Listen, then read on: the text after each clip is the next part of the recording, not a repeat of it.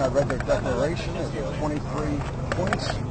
Every single, tell me if I'm going too fast. No, it's okay. Every single one of these points talks about corporate corruption. That may be dry. Everyone I read, I said, man, I agree. I agree. I agree. No. I agree, I agree, I agree. Subsequently, their dedication inspired me to leave the comfort of my secluded farm and my wife, with her fully understanding and support, come down and support them.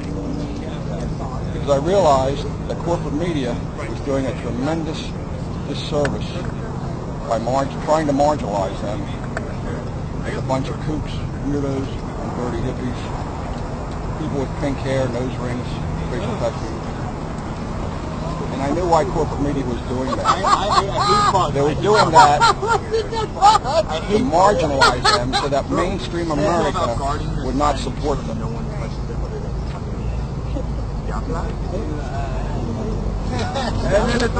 My decision was then to confront corporate media with this challenge to try to marginalize me.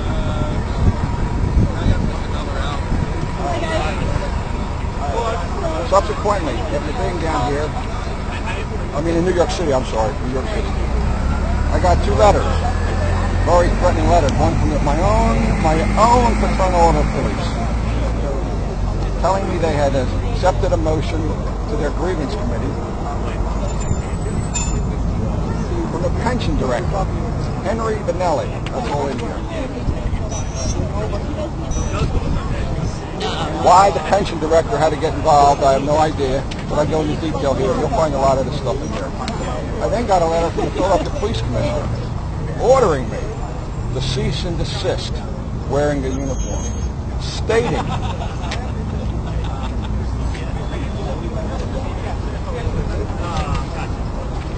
that he will take any and all actions, not any and all necessary legal or court-sanctioned actions. He left out legal and court-sanctioned actions. He said, I will just take any necessary actions to protect the integrity of the Philadelphia Police Department. And previously he inferred that I was disrespecting the integrity of the police department. So that is as strong a threat you can make. I cannot think, if you gave me a week to think of a stronger threat in one sentence, I could not think of a stronger threat than to say I will use any and all necessary action to stop you. And he says that with no legal basis whatsoever. I am not violating any law.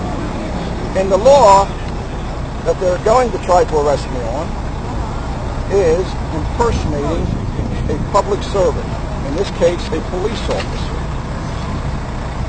That comes under, and this is all under here, Section 4912, impersonating a public servant.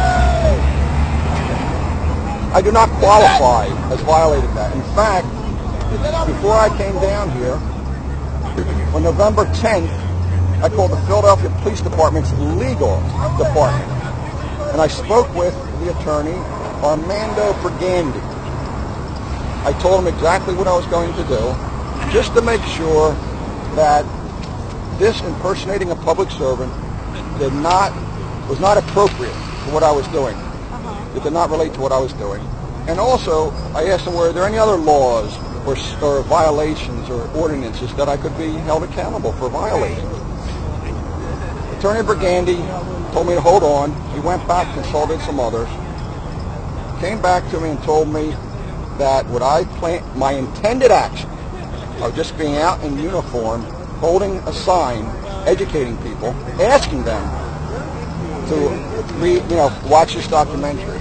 He said, if you do that, Section 4912 does not pertain to impersonating a public servant. He also said if I do what I intended to do, that I would be violating no other laws. That gave me the go-ahead. Subsequently, the commissioner's exact words I refute on the back of this, and this is the press release. Same with the FOP. I talk about the FOP not having any legal grounds to discuss my taking away my pension. Now, these letters, threatening letters from the FOP and the threatening letter from the police commissioner were sent hoping that I would cower, be intimidated, and slink away. But my reaction was to immediately release them to the New York Times and Daily News and Philadelphia Inquirer. And with the submission of those letters, I submitted my response to them. Now, I say response and not reply. I did not reply to the FOP nor the police commissioner. But I did respond with my own defense to the media. From that, the Daily News reporter wrote an article, Ex-Cop's Uniform and Occupy No-No, Ramsey says. And I was not happy with the article. The article shows how Ramsey and McNesby are totally disgusted with what I say. They're telling me it's illegal. And yet my response, my refutative statements were not used. So I did not get a fair representation here of my statements. Subsequently, I realized that I would have to be my own reporter and my own publisher to put out my own rebuttal to McNesby and Commissioner Ramsey. I was invited down here to give a talk at a fundraiser at the Quaker Center. And I thought, you know what, let me utilize that trip to get my message out on these letters.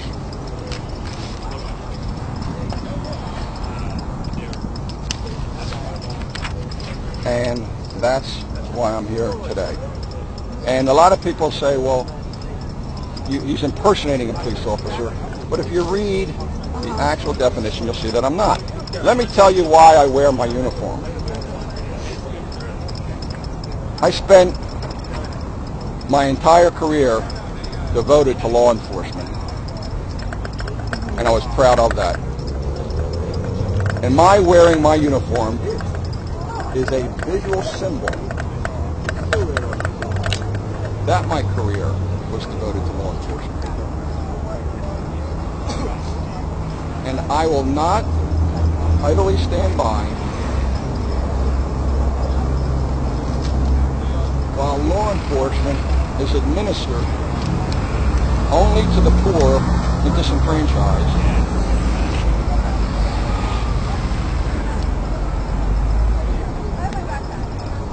And the rich flaunt their immunity. It's as simple as that.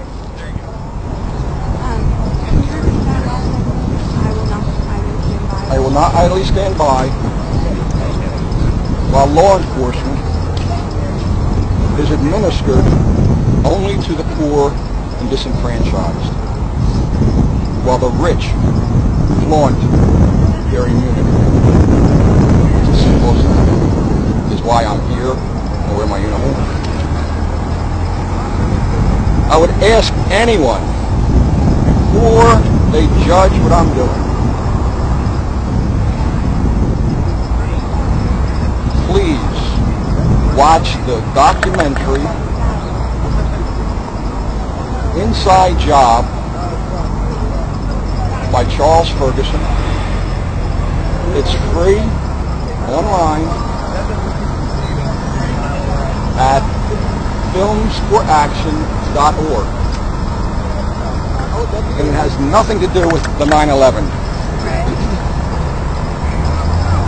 I challenge anyone to tell me what I'm doing is wrong after watching that documentary. Are you concerned that this might affect the disposition of your case? No, I mean your case in New York. I mean, at this point, obviously, it absolutely may. Your case says that you can't be arrested again. Yeah, it absolutely may, and I have to take that chance. This cause is way too important to allow fear and their tactics to deter me.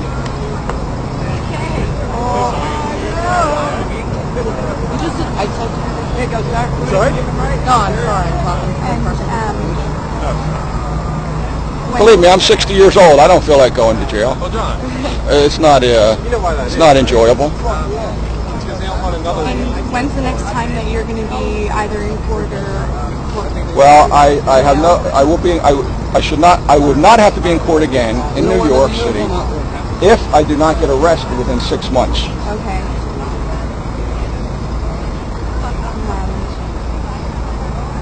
Are you hoping to get arrested today? No, absolutely not. The last thing I want. Excuse me? So I'm Patrick Walters at the AP. Yeah, go ahead. In New York, you were saying, you were on tape saying, how can I get arrested? Yes, I wanted to get arrested there to show solidarity with all the other individuals that were being arrested that day, giving up their personal freedom for who knows how long. These young people that were getting arrested that day, they didn't know how long they would be in jail. Could have been a day, 2 days, 30 days. The second thing that impressed me about them was they were willing to risk their personal welfare. They did not know how they would be treated outside the view of the cameras. And what really is amazing, these young people were willing to take those 2 risks just 2 days after they saw the brutality and experienced the brutality of Zuccotti Park. And yet they were still willing to put themselves on the line, and for what? Social justice. Well, you sound like you're talking today more about freedom of speech. Is that your main goal for the message you want to send? Oh, no. That's part of my message. So I don't know what my message is corporate corruption, the collusion of government with corporate corruption. Government is nothing but dancing puppets of corporations. And let me tell you why the police are here, by the way. And let me tell you why Commissioner Ramsey wrote this threatening letter. And let me tell you why the FOP is involved. John McNesby and Commissioner Ramsey could care less what I was doing in New York City. They really could care less. Believe me, I know. All right? They wrote these threatening letters to me while I was protesting in New York City because basically they're dancing puppets. Okay? Mayor Nutter is the one that holds the strings and manipulates Police Commissioner Ramsey because he hires him. He can fire him. Mayor Nutter is the dancing puppet for corporate America. How do you think Mayor Nutter got elected, and how do you think he's going to get reelected? Money. If he doesn't get money from corporate America, he will not be reelected. That money will not only go to him, it will go to his opponent. All right? Mayor Nutter does not want me doing this because of the Chamber of Commerce getting on him and other people. Now, the FOP. You may say, well, why is the FOP against what I'm doing? Do you remember a union when you retired? I'm still a member. But when you retired, does it matter? You're a member your entire life until they throw you out. And they're trying to throw me out. You were management when you retired. Yes. But still, in Philadelphia, everybody's represented by the same FOP. In New York, it's different. You have a union for sergeants, lieutenants, captains. Here, everybody. Now, why is the union against me? Well, to run for president of a union, it takes money. All right, you send color brochures out to all the active officers, all the retired officers. You send out the pens with your names on it. Again, to be elected to the FOP presidency takes money. All right, well, what does that have to do with running for president of the FOP? Well, I will show you.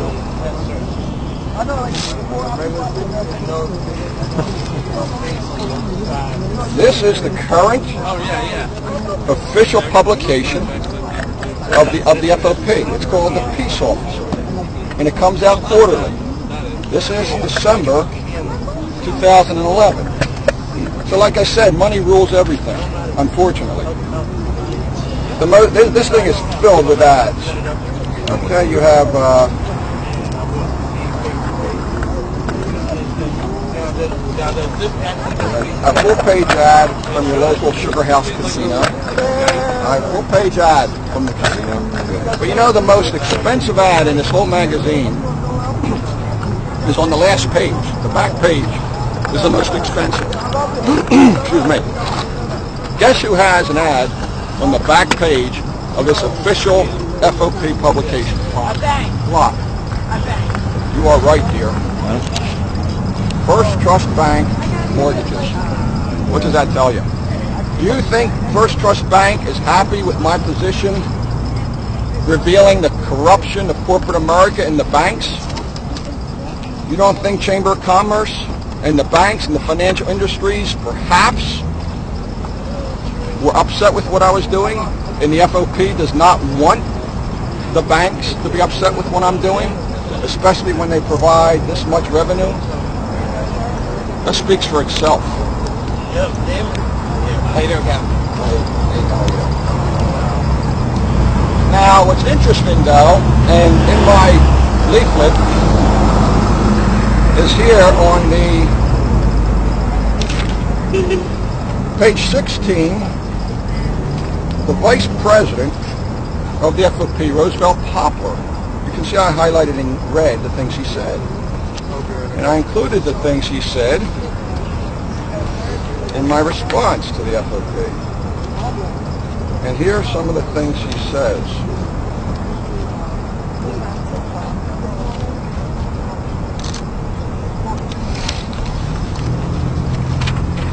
Roosevelt Poplar says he's condemning corporate America. Instead of going after the people that caused the economy to crash, the government decided to pick on the people they didn't think had the ability to fight back. Absolutely right. He also states, management tries to strip your pensions down to where they know you will not be able to survive. Right again. What about the banks and the companies that paid their top executives millions of dollars in bonus money that they took from the bailout? 3 in a row he's got. Goldman Sachs, J.P. Morgan Chase, Merrill Lynch received bailout assistance, and now they are sticking it to the public. 4. Has anyone ever heard of predatory lending? I don't have to read any more to let you know Roosevelt Poplar understands the corruption of corporate America. And yet, John McNesby, the president, doesn't seem to be on the same page, because he's quoted as saying if he had his way, Ray Lewis would lose his membership in the FOP and have his retirement benefits revoked. And why? Because I am informing people of corporate corruption. So him and Roosevelt Poplar don't seem to be on the same page. So I'm asking John McNesby to speak with Vice President Roosevelt Poplar, and perhaps Vice President Roosevelt Poplar can help understand President McNesby of what I'm about. What's the value of your pensions from the Philadelphia Police Department? I don't think that's important. Would this be very relevant here since we're talking about corporate, we're talking about economics? How much is it worth?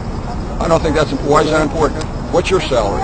It's not relevant. Yeah, exactly. It's not I have a relevant. question about the uniform. About your uniform. Do you think that maybe it could confuse people to think that you're not a police officer? It may confuse people. It certainly may confuse people. But that doesn't take precedent over my First Amendment right to wear it. Okay. If anybody comes up and says, wow, are you a member of the police department? I challenge one person to find somebody or somebody to come forward and say, when I asked him who he was, he said he's Captain Ray Lewis. I always preface who I am with I am retired Philadelphia Police Captain Ray Lewis. And I have never tried to influence anybody with any false authority. Okay, and that's big to be charged with impersonating a public servant. You have to try to influence somebody that you have official authority. And I challenge anybody to even come up and say that I tried to influence them with official authority. Now, it was put out today by the Philadelphia Police spokesperson that they are consulting with the district attorney's office to try to have me arrested for impersonating a police officer. We will see. Now, this will come from Mayor Nutter, by the way. All right? It will be Mayor Nutter's decision whether or not to have me arrested, because they know, district attorney's office knows, the police department knows, having me arrested is going to create a tremendous amount of publicity.